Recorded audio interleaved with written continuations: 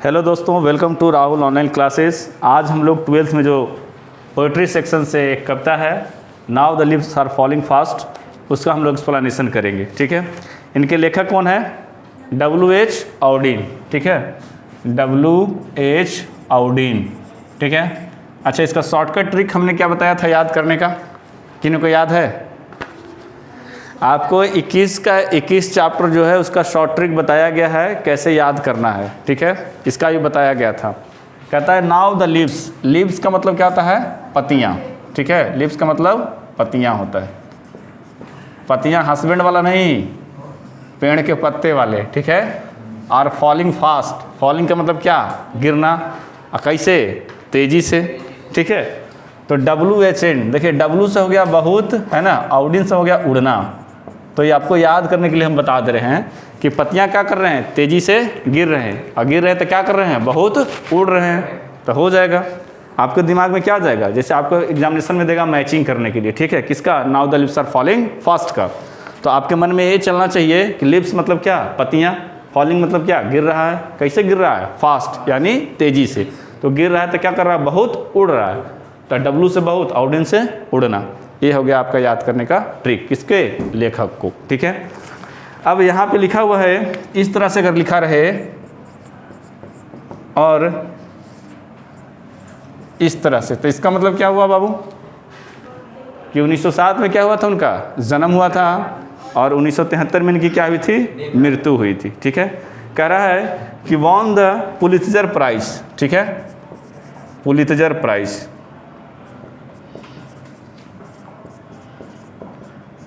ठीक है, इन 1948 में पुलित्जर पुरस्कार जीते 1948 for his collection of the age of anxiety. किस रचना के लिए?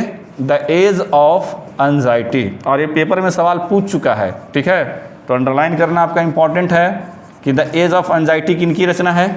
एक कलेक्शन है बहुत सारे कविता और कहानियों का। किनका? W.H. आउडीन का। तो ये पूछ चुका है पेपर में, द एज ऑफ एंजाइटी किनका रचना है? क्या होगा? W.H. आउडीन होगा। ठीक है, इनको कौन सा पुरस्कार मिला था? पुलित्जर पुरस्कार। कब मिला था? 1948 में। पुलित्जर पुरस्कार किस लिए मिलता है? साहित्य के क्षेत्र में मिलता है। आप कुछ बढ़िया लिखिएगा तो मिलेगा। कौन सा पुरस्कार? पुलित्जर पुरस्कार। देखो, प्रित्जर पुरस्कार भी होता है, वो मिलता है आर्किटेक्टर को, है ना, कि पुलित्जर है। ठीक है, तो मान लिया दे दे कि W.H. आउडीन को कौन सा पुरस्कार मिला था? पुलित्जर, प्रित्जर, है ना, तो पुलित्जर, है ना। पुलित्जर मतलब क्या? साहित्य के क्षेत्र में मिला। जो कब मिला? 1948 में, है ना। कहा जा रहा है कि was a versatile and intellectually vigorous poet, verse dramatist, critic, translator and editor. अपने आप को उन्होंने बहुत रूपे स्टेबल किया। एक व्यक्ति अपने आप को, चाहे आप ही लोग हैं चाहे हम हैं, अभी स्टूडेंट भी हैं, इनमें कोई अच्छा खेलते भी होंगे, कोई अच्छा पेंटिंग करते होंगे, कोई अच्छा गाते होंगे। तो एक आदमी के पास अनेक सारा गुण हो सकता है। तो ये भी क्या थे? वर्सटाइल थे। वर्सटाइल का मतलब क्या? बहुमुखी। इनके पास अनेक प्रकार का क्या था? टैलेंट था। जैसे पोएट थे, इन्होंने अपने आप को पोएट के रूप में भी स्टेबल किया। ठीक है, ड्रामाटिस्ट, ड्रामा भी उन्होंने लिखा। कहा जा रहा है कि क्रिटिक, क्रिटिक समझते हैं? आलोचक। ठीक है, ट्रांसलेटर एंड एडिटर। बोलिएगा सर इसको हमको याद करने का क्या फ़ायदा होगा कि ड्रामाटिस्ट थे, पोएट थे, क्रिटिक थे, ट्रांसलेटर थे, एडिटर थे। जब आप समरी लिखिएगा या फिर W.H. आउडीन के बारे में कुछ लाइन लिखना होगा, तब ये सब वर्ड का हम लोग यूज कर सकते हैं। ठीक है, समझे? तो अपने आप को किस रूप में स्टेबल किया था? पोएट। कभी ड्रामाटिस्ट का मतलब क्या? जो ड्रामा लिखता हो, नाटक। क्रिटिक मतलब आलोचक, जैसे कोई बात आप बोलें वो सही है या गलत है ना। सही है तो सही आलोचक करेंगे, गलत है तो गलत बोलेंगे उसको। ट्रांसलेटर, ठीक है, और साथ ही साथ क्या? एडिटर। एडिटर समझ रहे हैं ना? आजकल बच्चा एडिटर है। कहाँ? स्नैपचैट पे, तो अलग अलग फ़ोटो में। वो एडिटर नहीं, एडिटर का मतलब संपादक, जो न्यूज़पेपर वगैरह में कुछ आर्टिकल को एडिट करता है, शॉर्ट करके बढ़िया से उसको बनाता है। ठीक है, कहा जा रहा है कि poetry to him was a serious game. ये भी पूछा है पेपर में कि पोएट्री जो था वो सीरियस गेम था। किन के लिए? तो W.H. आउडीन के लिए। सीरियस गेम का मतलब क्या? उनको बहुत पसंद था क्या करना, पोइट्री करना, कविता लिखना। कहा जा रहा है कि which should depend people's self awareness but it should no case directly affects man political and religious choice. His early poem exhibits in the interest in the political affairs and ideas, but the later poem are overtly Christian and more personal in tone। कहा जाता है कि इनका लिखने का जो शैली था, पहले इनको पॉलिटिकल मुद्दा पे, पॉलिटिकल मुद्दा समझें, अब देश में राजनेता लोग क्या कर रहा है, उस चीज़ों पे इनको कटाक्ष करना पहले बहुत ज़्यादा था। प्राइमरी स्टेज में उन्होंने यही सब चीज़ का चर्चा ज़्यादा किया है, किसके, कि political and religious choice. Religious मतलब समझते हैं धार्मिक, पॉलिटिकल मतलब क्या, राजनीतिक मुद्दों पे। फिर बाद वाला जो फेज हुआ उनके लाइफ का, उसमें उन्होंने क्या लिखा, ओवरटली क्रिश्चियन के बारे में, क्रिश्चियन कम्युनिटी से बिलोंग करते थे तो क्रिश्चियन के बारे में उन्होंने लिखा। And more personal in tone, और क्या, कभी कभी किसी व्यक्ति विशेष के बारे में लिख दिया, मतलब बहुत ज़्यादा पर्सनल हो गए। ठीक है, कहा जा रहा है कि एज ए टेक्नीशियन, अच्छा अभी तक तो इतना देखें, टेक्नीशियन के रूप में भी काम किया। टेक्नीशियन समझते हैं, नहीं समझते हैं? आप लोग सीए में आ गए हैं, कुछ लोग साइंस वाले होंगे, तो बायोलॉजी है तो ये तो डॉक्टर बनेगा, और जो कुछ मैथ है ना, फिजिक्स केमिस्ट्री वाला है, उसका प्रथम चॉइस होता है क्या, आईआईटी में जाएं, है ना। आईआईटी नहीं हुआ तो एनआईटी हो, कुछ ना हुआ तो कम से कम पॉलिटेक्निक करके कोई ना कोई टेक्निकल डिग्री ले लेता है ना, चल जाए मोटर में, फिटर में, इलेक्ट्रिकल में, जो भी हो, तो वही डिपार्टमेंट क्या है, टेक्नीशियन है, टेक्निकल नॉलेज। तो कहते हैं as a technician Auden explored a variety of stanza from and meters. कहता है he had a passion for word coining and using archaic word which makes him time difficult to understand. अच्छा देखिए, कोई कोई लिखने का शैली होता है ना कि ज़रा साफ शब्दों में लिख दे, है ना, तो अच्छा लगता है। आप लोग भी एग्जामिनेशन में लिखिएगा, चोरी चमारी करके लिखिएगा, डायरेक्ट किताबी नॉलेज लिखिएगा तो चेक करने वाले को समझ में आ जाता है कि बंदा क्या क्या है, पूरा का पूरा डिट्टो कॉपी किया है। लेकिन कोई स्टूडेंट अगर अपने लैंग्वेज में लिखता है तो वो अलग पकड़ा जाता है। इनका क्या था महाशय का कि वर्ड क्वाइनिंग, बढ़िया बढ़िया वर्ड खोजते थे, ठीक है, और उसको क्या करते थे, अपने रचना में पुट करते थे, मतलब वर्क्स में पुट करते थे। तो उस समय लोगों को समझने में क्या होता था, बड़ा मुश्किल हो जाता था, है ना। जैसे बिहार बोर्ड वाला बेचारा एकदम ठेठ अंग्रेजी बोलेगा, है ना। सीबीएसई वाला देखो टोन चेंज कर देता है, मैन नहीं, हाँ क्या है, तो सीबीएसई वाले हैं। बिहार बोर्ड वाला बेचारा नॉर्मल घिसी पिटी रगड़ रहा है अंग्रेजी, लेकिन सीबीएसई वाले मांगे वो लोग डूड बोलेंगे, हाय डूड, है ना। बिहार बोर्ड वाला अरे कहाँ जा रहा है रे, लोग hi dude, excuse me, please give me. Bihar board वाला ऐसा कुछ नहीं, सीधे सीधे ठेठ में, अरे देना है तो दो, नहीं तो जा रहे हैं, बात खत्म, ठीक है। एक्सक्यूज मी कोई नाम ही नहीं है बिहार बोर्ड में, नहीं, है ना। सीबीएसई वाले का थोड़ा स्टैंडर्ड शुरू से ही मेंटेन रहता है। अब कोई विद्यार्थी जा रहा है पढ़ने, बिहार बोर्ड वाला इसी झोला पत्थर उठाया, कांख तो रखा, निकल दिया। हाँ, सीबीएसई वाला बैग उठाएगा, मॉम को बोलेगा बाय मॉम, फिर डैड को बोलेगा बाय डैड, है ना, बहुत कुछ है नखड़ा उन लोग को। बिहार बोर्ड वाला कैसा कुछ नहीं, बेचारा उठा पुठा चल दिया, ठीक है। मम्मियाँ छोड़ने जाती है सीबीएसई वाले को बस में, कभी कभी चल गए उधर पटना कॉलेज तरफ घूमने, देख रहे हैं सुबह सुबह बच्चा के साथ मम्मी भी तैयार है बैग टांग के, और कोई कोई तो बसवा में बैठ जाती है, बसवा में बैठ के चल जाती है स्कूलिया तक, काम नहीं करना पड़े घर का सुबह सुबह, और फिर उधर से आराम से छोड़ छाड़ के बस पूरा घुला के लेके चला आता है, ठीक है।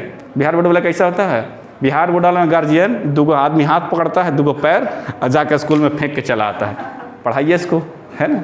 तो थोड़ा सा भाई इनका जो वर्ड का जो यूजिंग है, किनका, WHO ऑडिन का, बढ़िया बढ़िया वर्ड यूज करते थे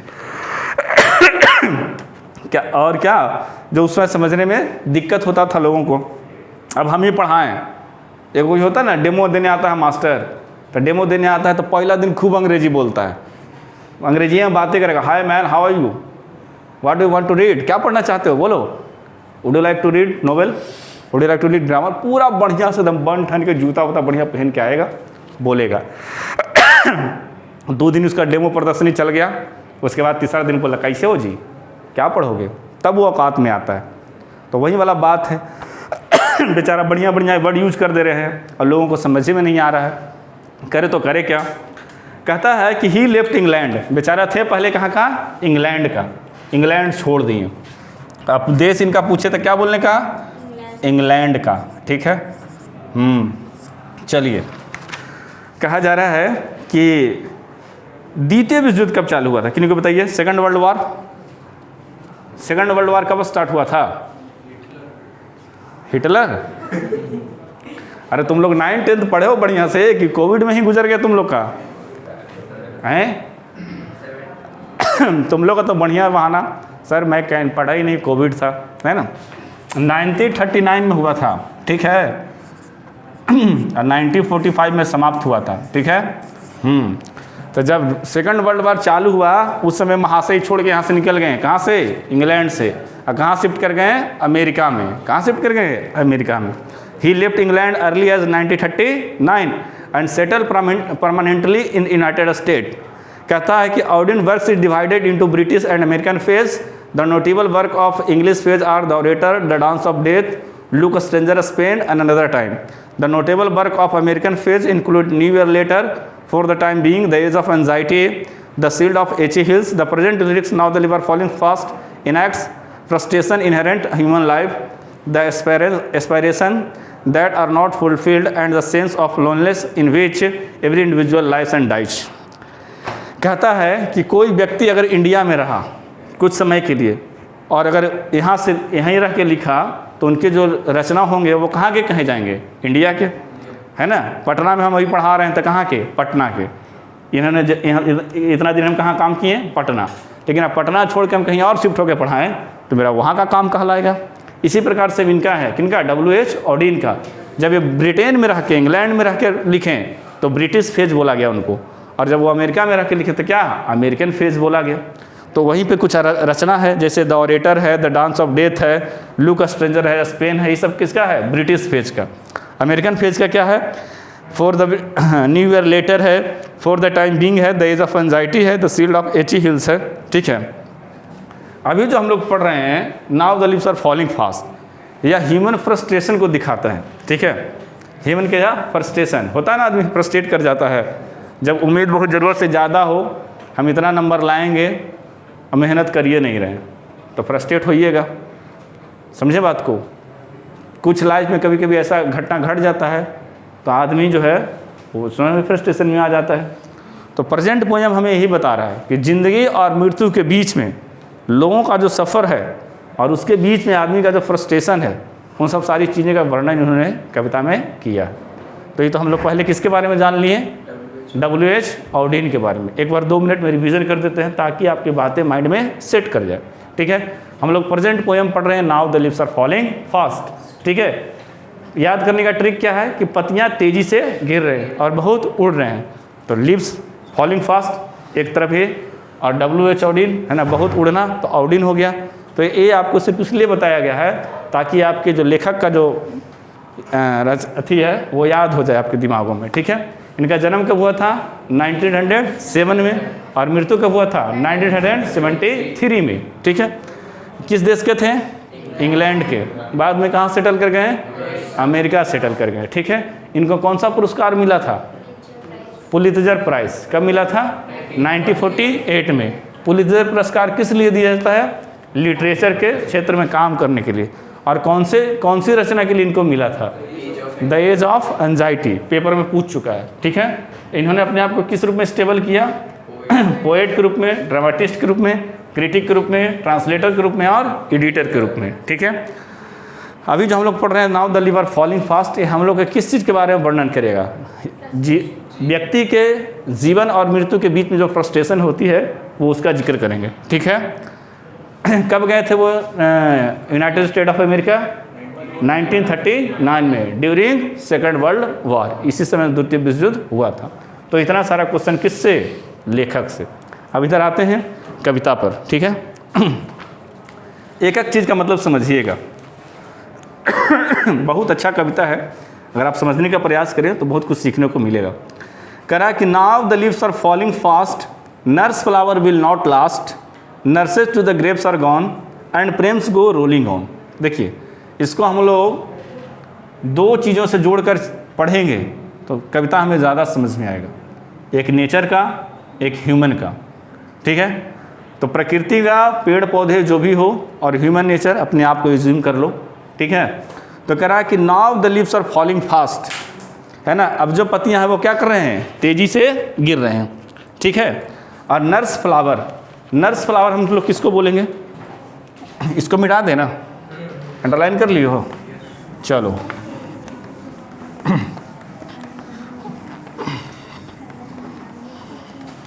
देखिएगा आपके बुक में एक पेड़ का पौधा दिया है और पेड़ के पौधा के बगल में एक बूढ़ा भी बैठा है बेचारा। हमको तो पेड़ बनाने नहीं आता है भाई, हम बिहार बोर्ड वाला आदमी हैं, किसी तरह इसे पेड़ पार देते हैं। हाँ, इसे पार दे रहे हैं, मलिंगा के बाल जैसा। चलो ठीक है, तोता मैना उड़ रहा है इधर, नहीं हुआ पेड़? पेड़ हुआ कि नहीं? अरे तुम लोग जैसा हमको नॉलेज नहीं है।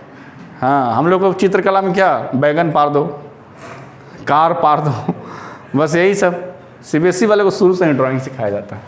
अभी बेचारा बूढ़ा बाबा इधर जॉली जॉली, ठीक है, यस मैन। एक हाथ में इसको मोबाइल फ़ोन दे देते हैं, बेचारा बोर नहीं होगा, ठीक है, ओके। चलो, बोल ही नहीं रहा है, नहीं बोल रहा तो लेट्टी का चंद छपरी की तरह, ठीक है।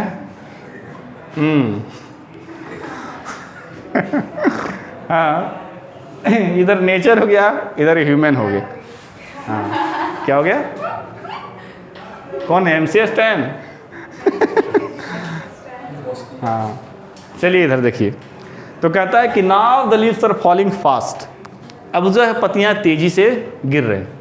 देखो, मैंने बहुत ऐसे भी इस कविता को रिसर्च भी किया है, बहुत सारे यूट्यूब पे भी देखा है। मैं जिस तरह से कविता पढ़ाऊँगा उस तरह से कोई लोग अभी तक नहीं पढ़ाए। उन्होंने सिर्फ पेड़ को लेकर पढ़ाया, मैं मानव जीवन को भी लेकर पढ़ा रहा हूँ साथ साथ में। एज्यूम करना कि now the leaves are falling fast, पेड़ के पत्तियाँ हैं वो तेज़ी से गिर रहे हैं। तो पेड़ के पत्तियाँ अगर तेज़ी से गिर रहे हैं तो इट मीन्स क्या हुआ? इसका मतलब एक ही लाइन का पहले मतलब आप समझिए कि पेड़ के पत्तियाँ तेज़ी से गिर रहे हैं। What is the mean of this line? पत्ते झड़ रहे हैं। वाह, तुमने तो हिंदी कर दिया है ना। अरे भाई, पत्ते झड़ रहे हैं, इससे फिर क्या फर्क पड़ा? फर्क पड़ा, पेड़ जो होता है जीवित वो तभी रह सकता है जब पेड़ पे पत्ते हों।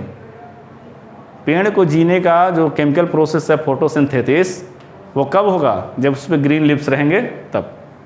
अगर उस पर ग्रीन लिप्स नहीं रहेंगे, फोटो अपना फूड थी, पौधे अपना भोजन नहीं बना पाएंगे, ज़्यादा दिन सर्वाइव नहीं कर पाएंगे, ठीक है। यह जो मनुष्य है, हम हो, आप हों, चाहे जो भी हो, हम लोग का भी उम्र जो है तेज़ी से किसके प्रति बढ़ रहा है? डेथ की तरफ मूव कर रहा है। बच्चों को समझें, बात को समझा? नेचर में इन्होंने पेड़ के बारे में बोला कि now the leaves are falling fast, पेड़ के पत्ते तेज़ी से गिर रहे हैं। मतलब ये भी अब किधर जा रहा है? जब पेड़ पे पत्ते ही नहीं रहेंगे, इनका ना फोटोसिंथेसिस की प्रक्रिया होगी, नहीं ज़्यादा दिनों तक जिंदा रहेंगे। ह्यूमन लाइफ में भी वैसा ही है कि हम लोग धीरे धीरे क्या कर रहे हैं? ग्रोथ तो बढ़ रहे हैं, लेकिन हम लोग मृत्यु की तरफ धीरे धीरे जा रहे हैं। हम लोग धीरे से जवान होंगे, जवान से फिर बूढ़ा होंगे, बूढ़े से फिर डेथ हो जाएंगे, फिर मेरा बैच ख़त्म हो जाएगा, ठीक है। समझे बात को? हाँ, तो यही बात है। कहता है कि nurse flower will not last. अब यहाँ पे एक वर्ड आ गया कि nurse flower will not last, मतलब नर्स फ्लावर नहीं रहेंगे। तो what is the meaning of nurse flower? क्या? छोटे छोटे छोटे छोटे, अच्छा ठीक है, तुम बोले जो हम समझ गए। अब हमको ठेठ में समझाना पड़ेगा, ठीक है। पेड़ पर देखे हैं, जैसे मान लीजिए कि पीपल का पेड़ है, तेने लत्तर निकल गया, ठीक है ना, कुछ और पेड़ निकल गया, अच्छा है, इसके नीचे कुछ जलमल है ना, तो उसी को हम लोग बोलेंगे नर्स फ्लावर। इट मीन्स कि वैसा फ्लावर, वैसा पेड़ पौधा जो किसी दूसरे के सहारे जिंदा हो। समझे बात को? कि इस पेड़ के या तो इस जड़ी के आसपास है, जड़ी पे चाहे आसपास में इसके, बाकी तो पूरा प्रोसेस यहाँ इतना देर मान लीजिए यहाँ पे पेड़ है, तो जो बाउंड्री इतना जो एरिया है पेड़ ही कवर कर रहा है, भरण पोषण का आदान प्रदान पेड़ के ही माध्यम से हो रहा है। या तो पेड़ के नीचे लीजिए, या पेड़ पर जो छोटे छोटे जो पौधे होते हैं जो पेड़ के सहारे उग आते हैं, उसको हम लोग क्या बोलेंगे? Nurse flower. तो nurse flower will not last, मतलब अगर पेड़ ही नहीं रहेगा तो छोटे छोटे क्या होंगे? जो पौधे उनके सहारे जो जिंदा रहेंगे वो भी नहीं रहेंगे। बात समझें? ये तो नेचर के रिगार्डिंग हो गया। मनुष्य के रिगार्डिंग क्या होगा? मनुष्य के रिगार्डिंग भी होता है। आप वैसे लोग को देखिए जिनके माता पिता नहीं, बहुत आप लोग सौभाग्यशाली हैं कि माता भी आपके पिता भी हैं। कोई कोई ऐसा भी होता है जिनके माता हैं पिता नहीं है, पिता है माता नहीं है। मेरा एक दोस्त था रोशन, बहुत उनके जब वो छोटा था उनकी मम्मी गुजर गई, उनके पापा दिल्ली में रहते थे, वो नाना नानी के घर रहता था। तो कभी कभी हम लोग को घर आया करता था, पर्व हो त्यौहार हो चाहे जो भी हो। आज तो वो BHU में पढ़ता है, वो अलग बात है। तो कैसा फील होता होगा वो समझिए बात को। अगर एक घर का मेन सदस्य है ना, अगर यही नहीं रहे तो इसके सारे जो छोटे छोटे हैं, अभी ज़्यादा बड़ा नहीं, अगर छोटे छोटे अगर बच्चे होंगे वो भी सर्वाइव नहीं कर पाएंगे। अभी देखिए आप लोग तो बहुत लकी हैं, जो भी है जिनको शिक्षा दीक्षा मिल रहा है, बढ़िया खाना पीना भरण पोषण मिल रहा है, बच्चे हैं। नहीं तो छोटे छोटे बच्चे यहाँ मेस में काम करते हैं, बेचारा टिफ़िन पहुँचाने का, प्लेट मांजने का। तो शिक्षा को छोटा मोटा चीज़ मत समझिएगा, ये जो मिल रहा है आपका बहुत नसीब है, इसको बढ़िया से ग्रहण करिए। नहीं तो हम तो भाई वैसे ही, मेरा लॉज में रूम नंबर 1 हम ही है। एक बहुत छोटा बच्चा बेचारा दिन भर में 2 बार आता है टिफ़िन लेने, किसी का टिफ़िन लेने जाता है, समझे। हमको देखते हैं तो लगता है वाह, माता पिता ने वाकई हम लोग के लिए कुछ किया है। अगर नहीं आता है समझ में तो बाहर रोड पे निकलिए और लोगों को देखिए। वहीं सी बात यहाँ भी है कि nurse flower will not last. इस पेड़ पौधे के सहारे जितने भी छोटे छोटे जो जीव जंतु हैं, है ना, पेड़ पौधे हैं, लताएँ हैं, वो भी अब नहीं रहेंगे। मनुष्य के संदर्भ में भी हम लोग कह सकते हैं कि घर का अगर मेन सदस्य नहीं रहे तो छोटे छोटे जो हमारे इनके जो बच्चे होंगे वो भी ठीक से सर्वाइव नहीं कर पाएंगे। कहता है कि nurses to the graves are gone, ठीक है, and prams go rolling on. कहता है कि फाइनली जब पेड़ ही खत्म हो जाएगा तो नर्स कहाँ चले जाएंगे? ग्रेव में चले जाएंगे। ग्रेव में चले जाएंगे, ग्रेव का मतलब क्या? कब्र में चले जाएंगे, ठीक है। और कहता है कि a 4-wheeled baby carriage अर्थात palms go rolling on। Palm समझते हैं? पाम समझते हैं? पाम्स, ठीक है। अब मान लीजिए कि एक खत्म हो गया तो नर्स फ्लावर कहाँ चला गया? कब्र में चला गया, ठीक है। और प्राम्स गो रोलिंग ऑन, समझे। प्रैम्स मतलब होता है 4 पहिए वाले बच्चों की गाड़ी। 4 पहिए वाले बच्चों की गाड़ी चलाए हैं आप लोग? हैं? हम लोग 3 पहिए वाला चलाएं, तो आप लोग भी चलाए होंगे।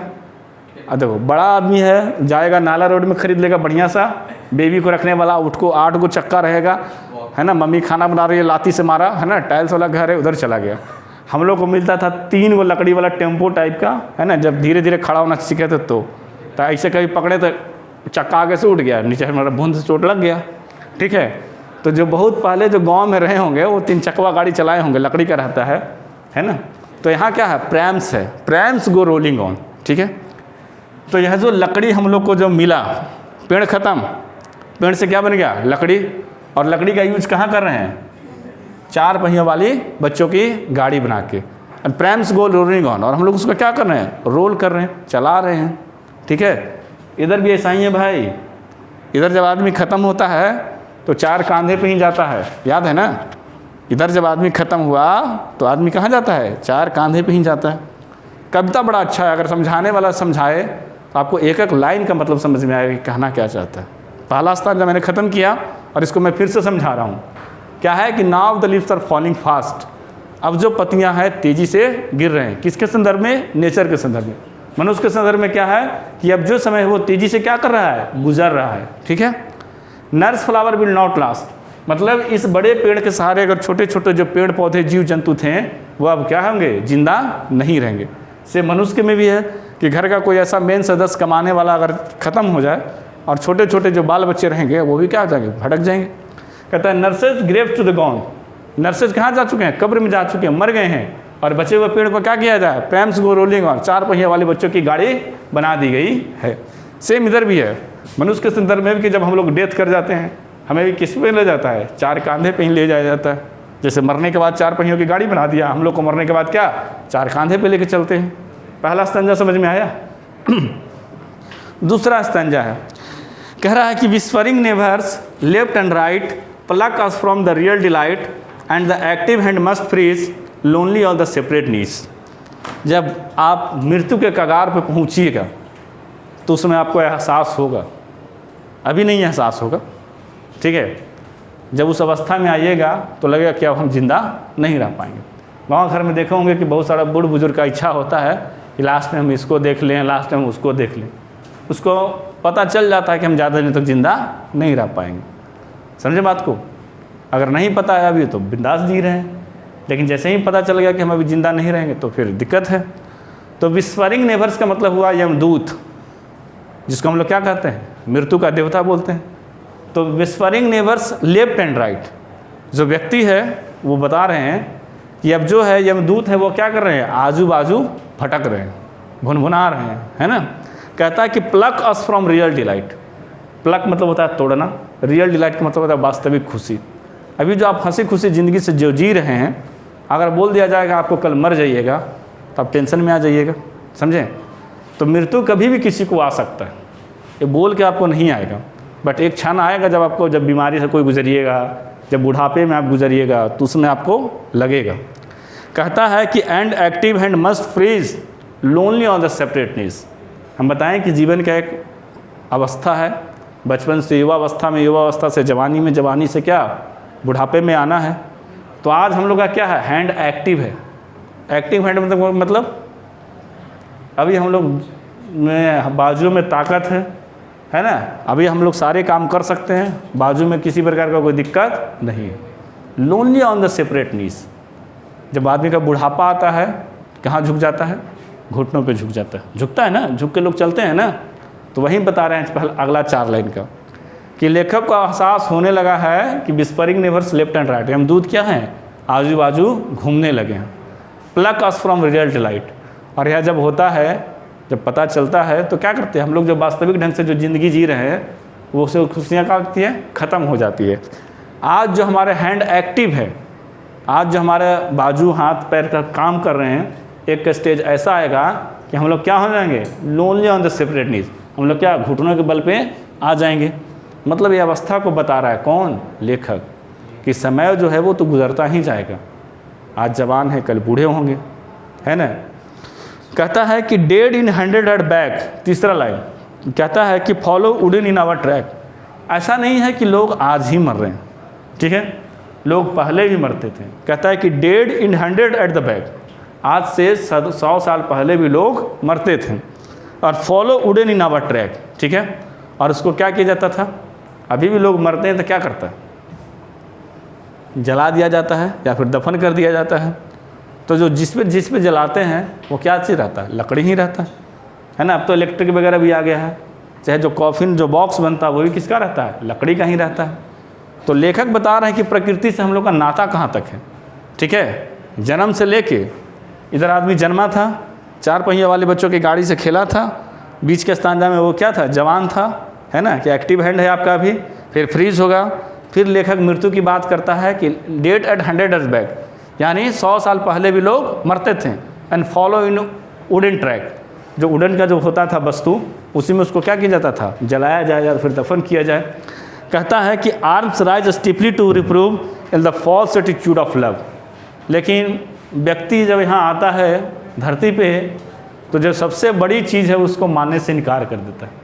कौन ऐसा चीज़ है जो कुछ हो ना हो लेकिन वो होएगा, मृत्यु, है ना। मृत्यु ही एक ऐसा चीज़ है कि जब पैदा लिए हैं तो आपको जाना भी पड़ेगा, लेकिन लोग मानते ही नहीं हैं। अरे बड़े बड़े राजा महाराजा जिनके पास उतना धन संपत्ति था वो नहीं रह पाए, तो हम आप क्या हैं, हमें भी जाना होगा, ठीक है। लेकिन बड़ा मुश्किल से इस बात को, है ना, arm rise steeply to reprove in the false attitude of love.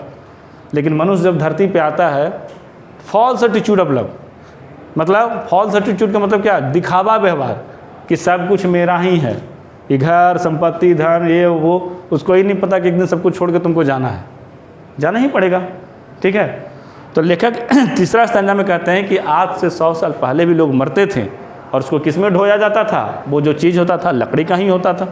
कहता है कि arm rise steeply to reprove in the false attitude of love. मनुष्य जब इस धरती पे आता है, प्रकृति के साथ उसका ऐसा संबंध है, उसको मालूम है कि जाना ही पड़ेगा उसे, है ना, लेकिन वो इस बात को मानने से इनकार कर देता है, बड़ा मुश्किल से इस बात को स्वीकार करता है, ठीक है, कि नेचर के साथ उसका ये रिश्ता है। कहता है कि starving through the leafless would, अब एकदम बिल्कुल ख़त्म हो चुका है कहानी, किसकी, पेड़ की। Starving through the leafless would, trolls run scolding for their food, and the Nightingale is dumb and the angel will not come. बात चौथा लाइन एकदम समझ लो तुम लोग। आज से 5 साल बाद 10 साल बाद तुम लोग किसी न किसी जगह पे होगा तो बेरोज़गार मत रहना। अगर बेरोज़गार रहोगे तो यही वाला हाल होगा जो हमें चौथा लाइन में पढ़ रहे हैं। समझ लेना बात को। 12th में हो तुम लोग, 4-5 महीने यहाँ गुजारना है अच्छे से, एग्ज़ाम देने के बाद अगला 5 साल में कहीं ना कहीं सेटल हो जाना। लोग ग्रेजुएशन के बाद ही सेटल हो जाते हैं। जैसे 12 आपने पास किया, 12 के बाद 3 साल ग्रेजुएशन, लोग 4 साल किसके, अब 4 साल हो गया ग्रेजुएशन, कब से 4 साल हुआ? अच्छा 4 साल हो गया तो अलग बात है। तो हम तो 5 साल आपको बोल रहे हैं ना कि अगला 5 साल तक कहीं ना कहीं फिक्स हो जाना है। जो भी है जिसका जो डिपार्टमेंट है, 12th के बाद आप लोग अपना प्रिपरेशन चालू कर दीजिए। किन्हीं को यूपीएससी करना है, 3 साल इनफ है कोई चीज़ प्राप्त करने के लिए। तुमको डॉक्टर बनना है, 3 साल काफ़ी है, जम के मेहनत करना। 4 साल नहीं बता रहे हैं। हमारे साथ में क्या हुआ कि हम लोग गांव से 11-12 आदमी उठ के आए थे यहाँ पटना पढ़ने। जब मन करता था तब रूम से बैट बॉल क्रिकेट निकल गया, कभी गांधी मैदान, कहीं पटना कॉलेज, कभी साइंस कॉलेज। अभी तो पटना कॉलेज साइंस कॉलेज में इतना पाबंदी लग गया, पहले इतना नहीं था। अब जब उधर चलो गंगा घाट, नाव पकड़ के उस साइड चल दिए। तो हम लोग जो समय है, हम लोग को गाइडलाइन करने वाला एक्चुअली था नहीं। हम लोग परिवर्तन के दौर से गुजरे तो हम लोग को कोई समझाता ही नहीं था कि बाबू पटना किस लिए आए हो, करना क्या है, क्या कर रहे हो, क्या इसका प्रभाव पड़ेगा, कुछ नहीं। कुछ लोग लॉज में मिल गए, पिछला 10 साल से हैं, खैनी मल रहे हैं, पूछ रहे हैं क्या हो राहुल, गांधी मैदान गया कि नहीं? बोला हाँ गए हैं। अरे बगल में चिल्ड्रन पार्क है, घूमा? नहीं। गुरुद्वारा गए हो? नहीं। काहला पटना में है पढ़ने के लिए। जब घूमे नहीं किया है ना, तो यहाँ कर क्या रहा है? खैनी खाया, बेचारा रूम में चला गया। अब ऐसा ऐसा बात बोलेगा कि घूमना ही तुम्हारा पर्पस है, तो हम लोग को माइंड में क्या जाएगा? हम लोग बड़ा मतलब गाइडेंस नहीं था हम लोग का। बचपन जैसे तैसे बीत गया। इंटरमीडिएट फर्स्ट डिवीज़न से पास हो गए, ग्रेजुएशन किए। तो हम लोग को जो इंटरमीडिएट से ग्रेजुएशन के बीच वाला टाइम था, उसका कीमत हम लोग नहीं समझ पाए। जब इंटरमीडिएट करने के बाद वो जो था समय, वो अगर हम लोग को पास अगर गाइड करने वाला कोई होता। अब तो ऑनलाइन हो गया है, डिजिटल है। डिजिटल हो गया तो आप लोग वीडियो देख कर समझते हैं कि हमें 12th के बाद क्या करना चाहिए। पहले व्यक्ति विशेष की ज़रूरत होती थी कि तुमको बाबू क्या करना चाहिए, किसके लिए क्या करोगे। तो 12 से जो 3 साल वाला जो साल था 12th के बाद, अगर उसका यूटिलाइज़ कर लिया होता व्यक्ति, तो आज इस तरह से नहीं होता। तो आप लोग ज़रूर करिएगा, समझे। उसको देखिए, ज़िंदगी में आपको ऐश मौज सब कुछ करने का बहुत पर्याप्त मौका मिलेगा। जब तक आपका करियर सेट नहीं है तब तक आपको कोई पूछने वाला नहीं है। हाँ पूछेगा जब तक आपको आप में इंटरेस्ट रहेगा, है ना। जब तक आप किसी के लिए अच्छे हैं, जिस दिन वो ख़त्म फिर आपको लगेगा कि हम ज़िंदगी कहाँ गुजार दी। ये वास्तविकता है। छोटे एज में ये सब पता नहीं चलता है, लेकिन बाद में पता चलता है। वही बता रहे हैं, बड़ा अच्छा बात कर रहा है कि starving through the leafless would. Starving का मतलब होता है भूखमरी, ठीक है। लीफलेस वुड, बताइए कि जिस पेड़ पे पत्तियां ही नहीं है तो लीफलेस वुड हो गया, इस पे पत्ती नहीं है तो लीफलेस वुड। स्टार्विंग, स्टार्विंग का मतलब क्या हो? भूखमरी। तब जहाँ पेड़ पे पत्ती नहीं तो भूखमरी होगा ना। कहता है कि trolls run scolding for their food. Trolls का मतलब होता है छोटे छोटे कीड़े मकोड़े, समझे बात को। आप देखिएगा कि कहीं कोई पीपल का पेड़ वगैरह है, उसमें से कुछ फल वगैरह गिरता है, बरगद वगैरह का, तो छोटे छोटे जो कीड़े मकोड़े हैं वहीं खा पी के मस्त रहते हैं। उस पेड़ पे गिलहरी आ जाए, उस पेड़ पे कोई पक्षी आ जाए तो खा पी के मस्त रहते हैं।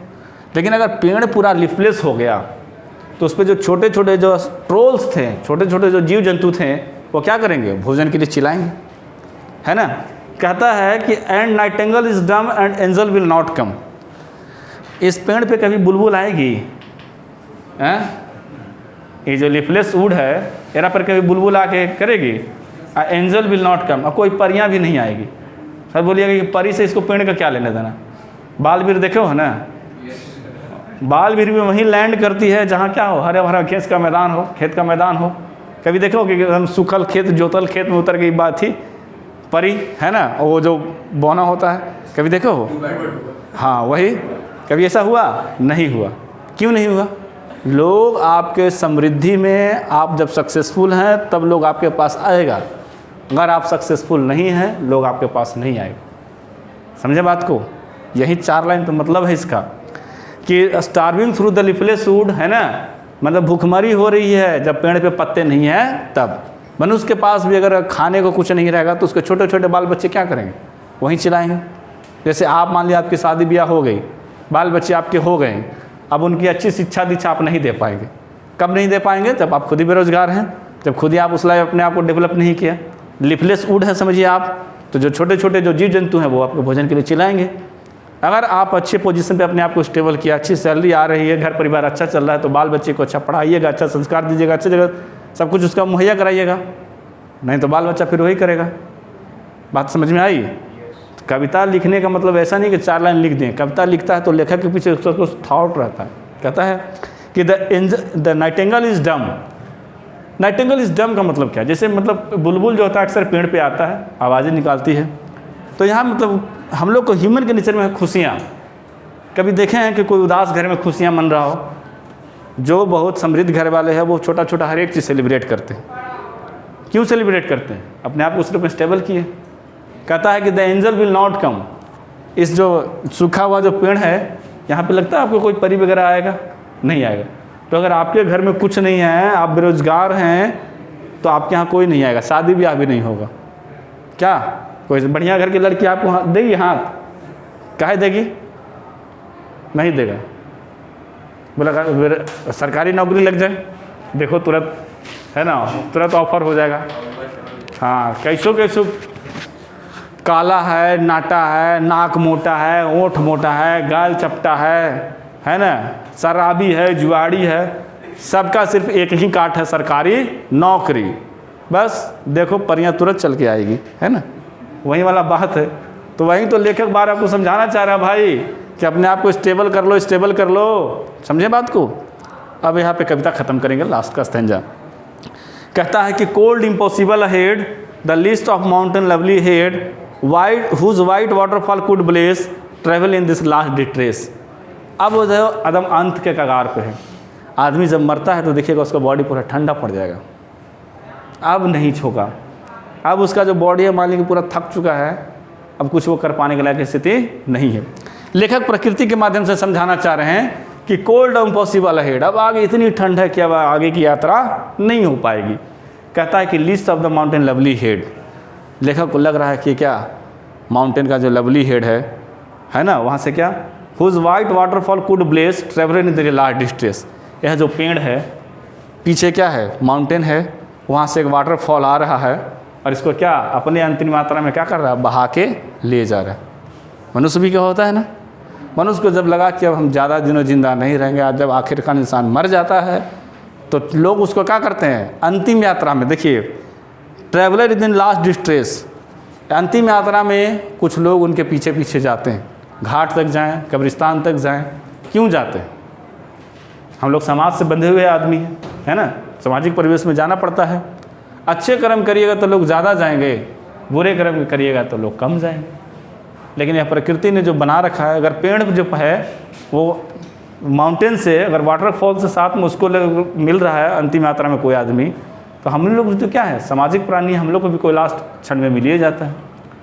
तो कविता now the leaves are falling fast मतलब समझें, यह जो है लेखक फ्रस्ट्रेट होता है ना, इसलिए कि हम लोग का उम्र जो है तेज़ी से गुजर रहा है, तेज़ी से क्या कर रहा है, बीत रहा है, और बीतने और एक दिन लास्ट में अंत में कहाँ है, मर भी जाना है।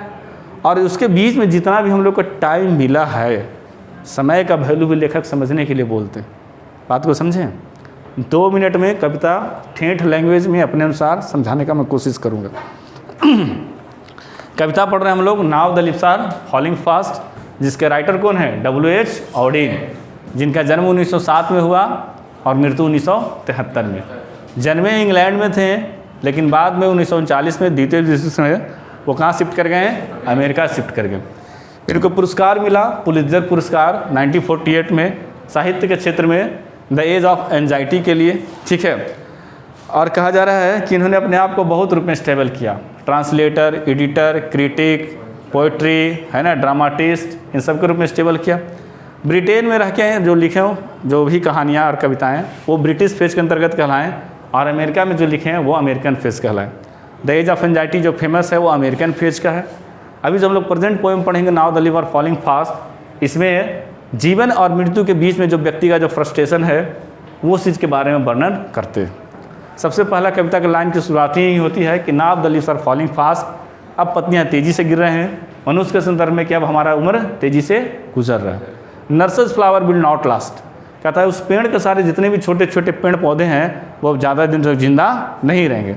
उसी प्रकार सेम मनुष्य में है कि अगर कोई मुख्य प्राणी उसका मतलब घर का सदस्य खत्म हो जाए तो उसके नीचे जितने भी हैं अनस्टेबल आदमी वो भी नहीं रह पाते हैं। कहता है कि nurses and graves are gone, कहाँ जा चुके हैं नर्सेज, जो कहाँ जा चुके हैं कब्र में जा चुके हैं। एंड गॉड प्रम्स रोलिंग ऑन, ठीक है, कहता है एंड प्रम्स गो रोलिंग ऑन, और उसी लकड़ी को हम लोग क्या कर दिए, 4 पहियों वाले बच्चों की गाड़ी बना दिए। और जीवन के देखो मनुष्य का प्रकृति के साथ बहुत पुराना संबंध है, जन्म से लेकर उसको मृत्यु तक लकड़ी से ही क्या करना है, ख़त्म होना है। आप लोग बैठे हुए लकड़ी का ही बेंच पे बैठे हुए है ना, बचपन में खेले भी तो लकड़ी की गाड़ी से ही खेले, लास्ट में जब मरिएगा तो लकड़ी से ही क्या दाह संस्कार आपका होगा या फिर उसमें दफन होइएगा। तो यही नाता है। कहता है कि विस्परिंग निवर्स लेफ्ट एंड राइट, क्या हो रहा है, कभी कभी ज़िंदगी में एहसास होता है कि जो विस्परिंग निवर्स यमदूत जो है क्या कर रहा है, आजू बाजू भटक रहे हैं। Pluck us from real delight, जो हमें वास्तविक खुशियाँ से क्या करता है, तोड़ देता है। तो क्या करने का, टूट जाने का नहीं, मृत्यु आना ही है भाई सबको एक दिन, क्यों सोच सोच के मरना, अच्छे से जियो। कहता है कि and the active hand must freeze lonely on the separate knees, आज जो हम लोग के हाथ में क्या है, धन शरीर में बल है, ये ऐसा ही सब दिन नहीं रहेगा, धीरे धीरे एक दिन ख़त्म होगा। और ऐसा ख़त्म होगा कि एक दिन आप घुटनों के बल पे आ जाओगे, झुक जाओगे, नी पे आ जाओगे, ठीक है। कहता है dead in 100 at the back, ऐसा नहीं कि लोग आज ही मर रहे हैं, आपसे पहले भी बहुत रुतबा वाले लोग सदियों पहले मर गए, और उनको किसमें ट्रैक किया गया, किसमें फॉलो किया गया, वुडन ट्रैक में किया गया, ठीक है। मनुष्य इस धरती पे आता है लेकिन फॉल्स एटीट्यूड ऑफ लव में खो जाता है, बड़ा मुश्किल से इस चीज़ को स्वीकार करता है कि हमें दुनिया भी छोड़ के जाना है, और प्रकृति के साथ उसका कुछ नाता भी है। कहता है कि इस पेड़ भुखमरे वाले पेड़ पत्ते पे अब क्या हो गया, थी लिफलेस वुड पे क्या हो गया है, भुखमरी है। उसके जितने भी स्ट्रोल्स थे, जो छोटे छोटे जीव जंतु थे, भोजन के लिए क्या कर रहे हैं, चिल्ला रहे हैं। कहता है कि कोई बुलबुल भी नहीं गाएगी और कोई परियां भी नहीं आएगी। मनुष्य के संदर्भ में बहुत बड़ी लाइन है, आप समझ चुके हैं। कहता है कि कोल्ड इम्पॉसिबल है, ठंड अब इतनी आगे ज़्यादा है कि आप आगे बढ़ नहीं सकते हैं। पेड़ अब अंतिम यात्रा में है, अंतिम यात्रा में उसको साथ कौन दे रहा है, जो माउंटेन हेड है, उससे जो वाटरफॉल वो क्या कर रहा है, निकल रहा है, तो वही उसका क्या, उसी में अपना जाएगा, बहेगा, जो भी होगा। मनुष्य के भी ऐसा ही है, लास्ट में हम लोग जब ख़त्म हो जाएंगे तो 4 लोग पीछे से पीछे चलेंगे, कहाँ, अंतिम यात्रा में। यही आपका कविता था now the leaves are falling fast, ठीक है। उम्मीद करते हैं कि आप समझे होंगे, बहुत कुछ सीखे होंगे, ठीक है। वीडियो बंद कर दिया जाए।